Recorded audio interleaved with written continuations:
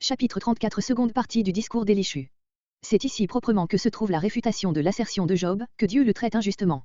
Après une introduction, versets 2 à 9, le sujet principal est développé, versets 10 à 30, les versets 31 à 37 sont la conclusion de l'application. Verset 2. Versets 2 à 9 énoncé du chef d'accusation. Versets 2 à 4. Avant tout, Élishu s'adresse aux sages qui l'entendent, voir verset 34. Il ne peut désigner ainsi les amis de Job, qu'on se rappelle comment il vient de leur parler, Job 32.3, Job 32.12, Job 32.15. Il en appelle à tous les assistants quelque peu sensés, et, par là même, l'auteur intéresse ses lecteurs aux débats qui vont suivre. Verset 3.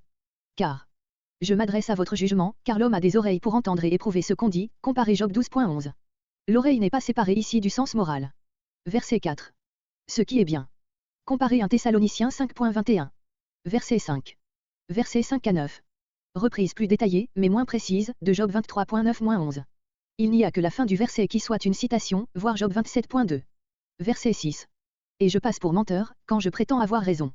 Ma blessure, littéralement, ma flèche, le trait qui m'a atteint, Job 6.4, Job 16.13.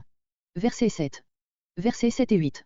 Dans son indignation, Élishu s'interrompt lui-même et anticipe le jugement qui ne sera officiellement prononcé qu'après les débats, versets entre 35 et 36. Comme de l'eau. Voir Job 15.16. Verset 8. Élishu est aussi sévère qu'U Eliphaz dans Job 22.15. Verset 9. Job n'a à la vérité jamais rien affirmé de pareil, mais ce qu'il a dit, c'est qu'on ne voit pas toujours de différence entre le sort des bons et celui des méchants, Job 9.23-24, Job 21.7 et suivant, Job 24.1 et suivant. Verset 10. Verset 10 à 30. Élishu cherche à établir que Dieu ne fait jamais que le bien et rend toujours à l'homme selon ses œuvres. Comment admettre qu'un Dieu tout-puissant, qui n'a créé le monde et ne le conserve que par libre amour, maltraite à plaisir ses créatures? Verset 13. Qui lui a remis le soin de la terre? Personne. Qui a établi tout l'univers? Lui seul. Verset 14. Verset entre 14 et 15. Comparez Psaume 104.29. Il serait bien facile à Dieu de détruire le monde. S'il ne le fait pas, c'est qu'il l'aime. Verset 16. Ici Élishu prend Job directement à partie. Verset 17. Quand on règne comme Dieu règne, on ne hait pas le droit. Comment donc condamner Dieu, qui est le juste par excellence? Verset 18. Verset entre 18 et 19. Si déjà l'on est coupable quand on médit des dignitaires humains, combien plus quand on accuse d'injustice un Dieu qui est tellement élevé au-dessus de tous, qu'il n'a aucune raison de faire exception des personnes. D'autres, avec un léger changement au premier mot du verset 18, à Homère, lui qui dit, au lieu de Amor, dit-on, entende, Dieu qui, à l'occasion, reprend un grand de la terre aussi vivement qu'un petit, pourquoi pervertirait-il le droit? Verset 20. Développement de la pensée que Dieu appesantit sur tout sa forte main en dépit de ce que Job a exposé au chapitre 24. Ils meurent, les puissants. Mais non par une main d'homme, littéralement, et non par main. Comparez Zacharie 4.6, Daniel 2.34. Il semble qu'aucune cause n'ait amené la ruine de ce puissant, tant l'action de Dieu échappe à nos observations et à nos calculs. Verset 21. Versets 21 à 24.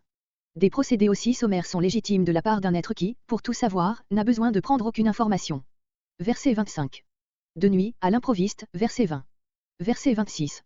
Malgré leur rang élevé, il les punit, publiquement, comme de simples malfaiteurs. Verset 29. S'il donne du repos, à l'opprimé, par la chute du méchant. S'il cache sa face, qui le verra? Si, irrité, il se retire et se rend invisible, qui pourra l'obliger à se montrer de nouveau? Verset 31. Verset 31 à 37 Conclusion. Car Dieu punit à bon droit cet impie, car il ne s'est jamais repenti et humilié. Il n'a jamais pris la résolution de changer. Verset 33. Ici Élishu s'adresse directement à Job et montre qui il entendait par l'impie des versets entre 30 et 31. Et que c'est toi qui choisis, qui te permet de proposer une nouvelle manière de rendre la justice.